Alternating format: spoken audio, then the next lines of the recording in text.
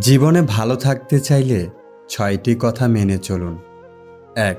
টাকা ইনকাম করতে শিখুন। ২. অতিরিক্ত মায়া ত্যাগ করুন। ৩. অতিরিক্ত আশা ছেড়ে দিন। ৪. নিজেকে ভালোবাসুন। ৫. চিন্তা করা বাদ দিয়ে হাসি খুশি থাকুন। ৬. নিজেকে সময় দিন। মানুষের নিজের বলতে কি আছে?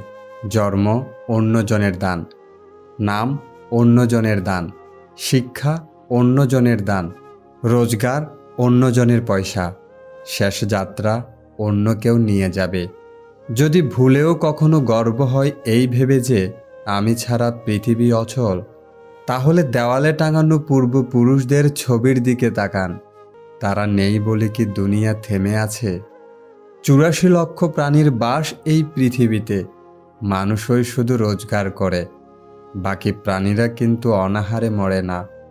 আর মানুষই একমাত্র প্রাণী যাদের পেট কখনো ভরে না। যে দেশে জুতা বিক্রি হয় এসি রুমে আর বই বিক্রি হয় রাস্তায় ফুটপাতে, সে দেশে দুর্নীতিবাজ থাকবে পাঁচতলায় আর গুণীজন থাকবে গাছতলায়। এটাই স্বাভাবিক। ৪টি বিষয়ে কখনো লজ্জা পাবেন না। ১. পুরনো পোশাক। ২. সাধারণ জীবনযাপন। ৩. বৃদ্ধ বাবা মা। ৪. দরিদ্র বন্ধু।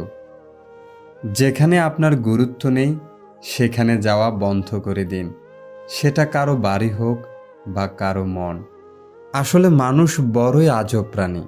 ডুবে গেলে জলকে দোষ দেয়, হোঁচট খেলে পাথরকে দোষ দেয়, কর্মের দোষ ভাগ্যকে দেয়, কিন্তু নিজের ভুলটা কোনোদিন দেখতে পায় না।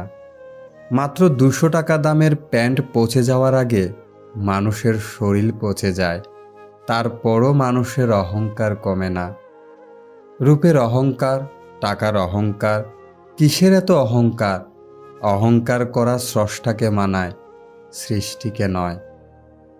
কিছু মানুষকে ৯৯ দিন উপকার করতে পারলেও যদি একদিন উপকার করতে না পারেন, তাহলে সে ওই একদিনই মনে রাখবে, আগের ৯৯ দিন সে ভুলে যাবে।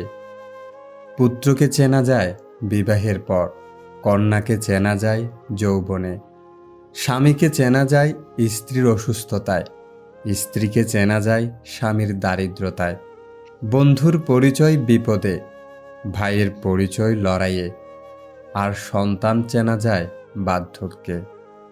ঝাড়ু যতক্ষণ এক সূত্রে বাঁধা থাকে ততক্ষণ আবর্জনা পরিষ্কার করে, আবার সেই ঝাড়ু যখন ছিঁড়ে আলাদা হয়ে যায় তখন সে নিজেই আবর্জনা হয়ে যায়।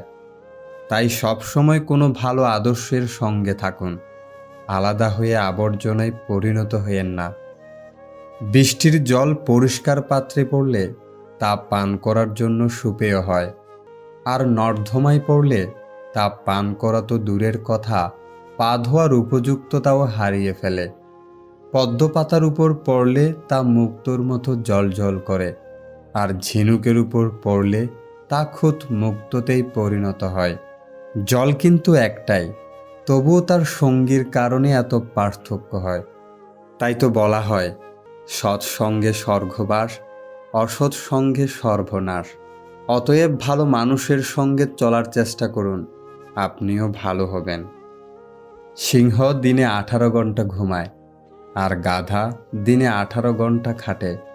পরিশ্রমই যদি সৌভাগ্যের চাবিকাঠি হতো, তাহলে বনের রাজা গাধা হতো, সিংহ নয়।